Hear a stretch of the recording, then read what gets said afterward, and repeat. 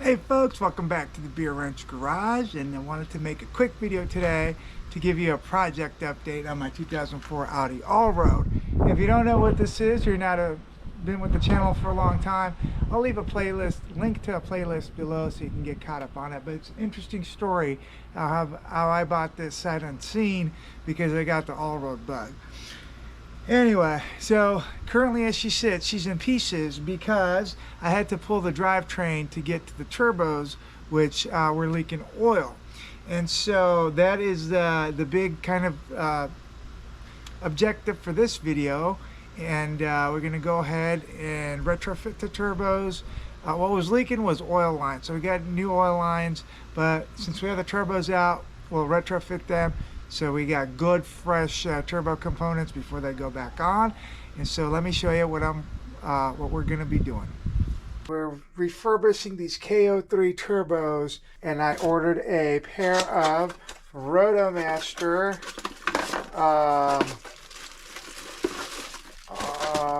cartridges.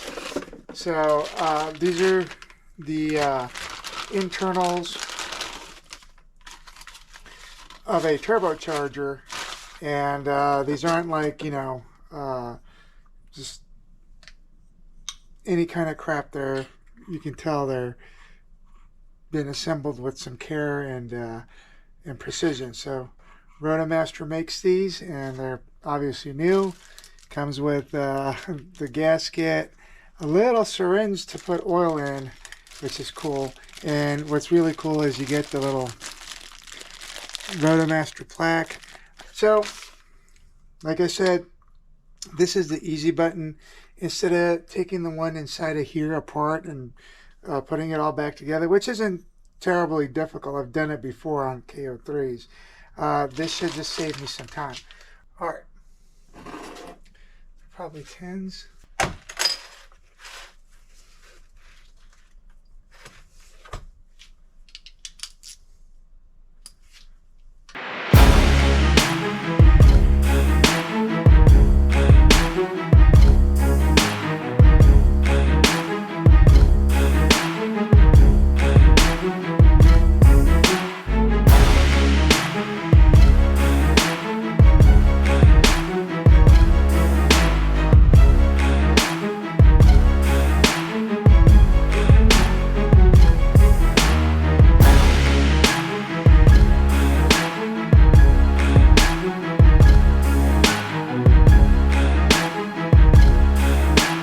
So folks, that is a new Rotomaster rotor. Pretty pricey, I might add, but new components that are going into this KO3, which will hopefully alleviate or completely stop the oil leak. So that's one. We got another one to do, and then we can start reassembling. And so here they are, folks, nice and finished. A couple of refurbished KO3s, and like I said, we went ahead and got the Rotomaster cartridges installed. But neat little touch is got the Rotomaster little serial number tags riveted back to the turbo housings. I think these are the old Borg Warner ones that got removed, but these are evidence that we got new internals for the turbos. So next step is going to be putting the stuff back on the engine, and as I said before, right now the engine's sitting in the middle of the garage, and it looks like this, sort of blocking my wife's path to the freezer and annoying her.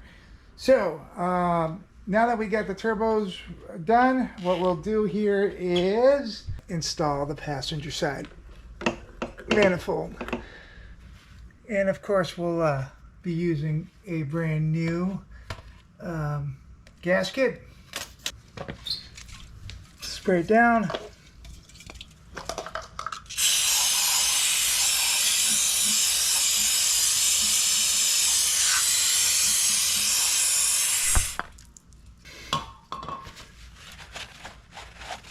All right, that looks like a nice clean surface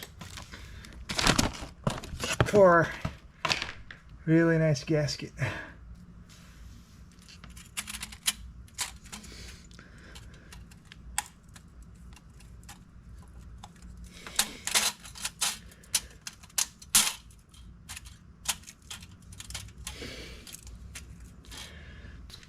Here comes our manifold.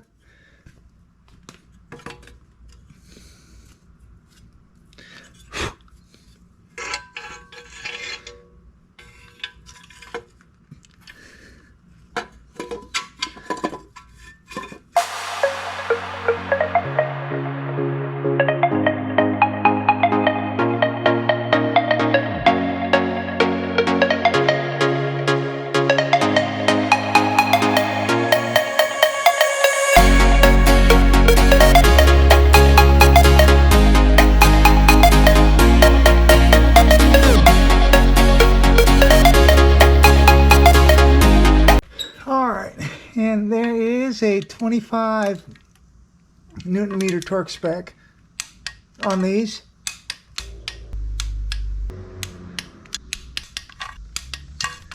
All right, so that's done. And we'll go over to the other side, which I just did earlier, but we might as well double check.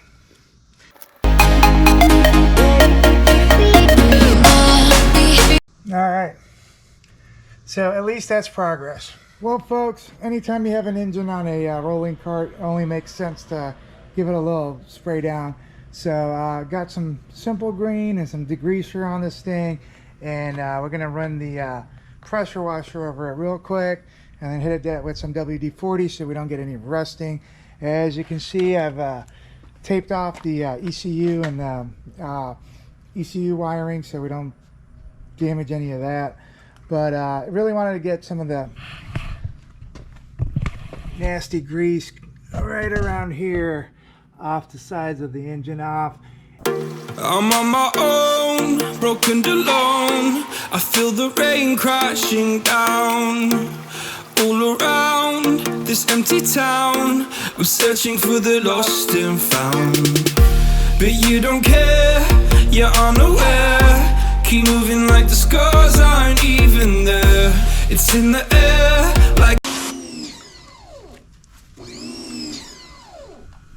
So not bad, a little bit cleaner than it was before. Again, not perfect, but might as well take advantage of having the engine out on a cart to spray it down a little bit and get some of that dust and or grime and gunk off.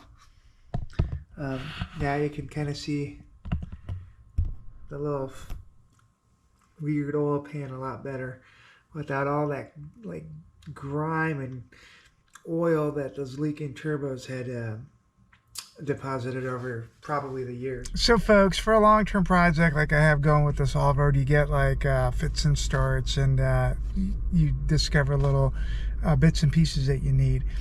Anyway, like you saw, I've been working on this engine, but I realized that there's a couple of nicks and necks that I need, and then I realized that there was an Allroad at one of my local yards, actually one of the yards that I like. I figured since this is nearby, I might as well roll by and see if I can scavenge anything. Now these cars have been here for a while, so I'm not expecting much, but might as well make a good run at it. But I figured this is a good little representation of what a long-term project entails. Hey guys, look at this. A pristine Audi Allroad 2003 2.7 liter Allroad. Not sure why this is here. It does look physically pristine, so it must have some mechanical issues, trans or an engine. I don't know. Either way, should be able to get some of the nicks and necks that I need.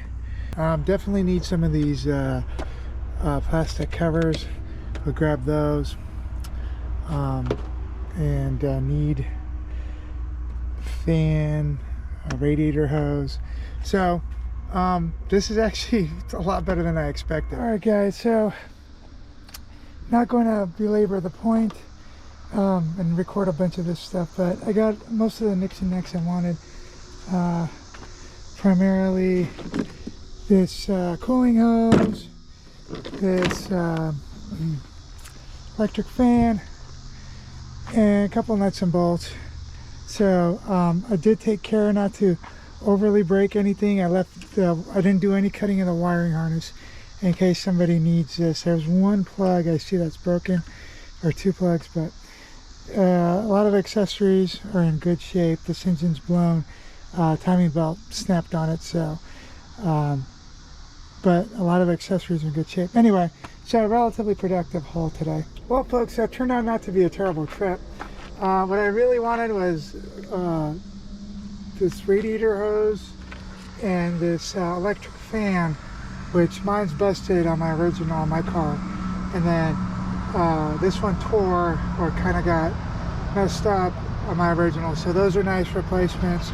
And then I think a couple of these plastics are broken on my car, so it was nice to pick them up. Well folks, that was an interesting trip, productive trip. Not often you see a car that you want and really hasn't been touched, that's been sitting there for a long time, which this one had been. But again, just part of having a project car, sometimes you got to take advantage of opportunities to pluck good condition parts, and we did. Well folks, I hope you found that little update on this project at least somewhat entertaining. So not to belabor the point, but this is not nearly as far along as she looks. As you can see, I'm just holding up the front clip here. Engine and transmission, drivetrain, driveline is completely separate from the car. I was thinking about doing an upgrade to the lower gear numerically transmission and differential, just to get better highway cruising, but this car has been apart for so long that I think I'm just gonna put it back together in OEM form.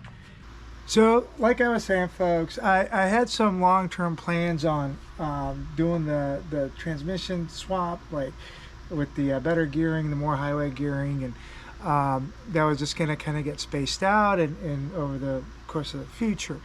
But over the summer I bought my WRX, and we just have a bunch of cars in the house, and it's one of the kind of the things I told my wife is if I got the WRX, I'd get rid of the wagon. So at the moment, the priority here is getting the wagon running, getting it in perfect mechanical condition, and then we'll make a determination as to what happens with the extra trans and the gearing and all that. But that's pretty much the status update on the wagon. It's coming along. I've increased the rate of progress, but still have a bunch of work to do. So I hope you enjoyed this video. Please go ahead and give me a thumbs up. If you're interested in learning more about the wagon, I'll leave some links down below. There's a playlist about the Allroad wagon here, and then check out my video on picking up the WRX. Otherwise, don't forget to subscribe so you can see future videos on this and all of our other cars. And thank you for watching. See you on the next video.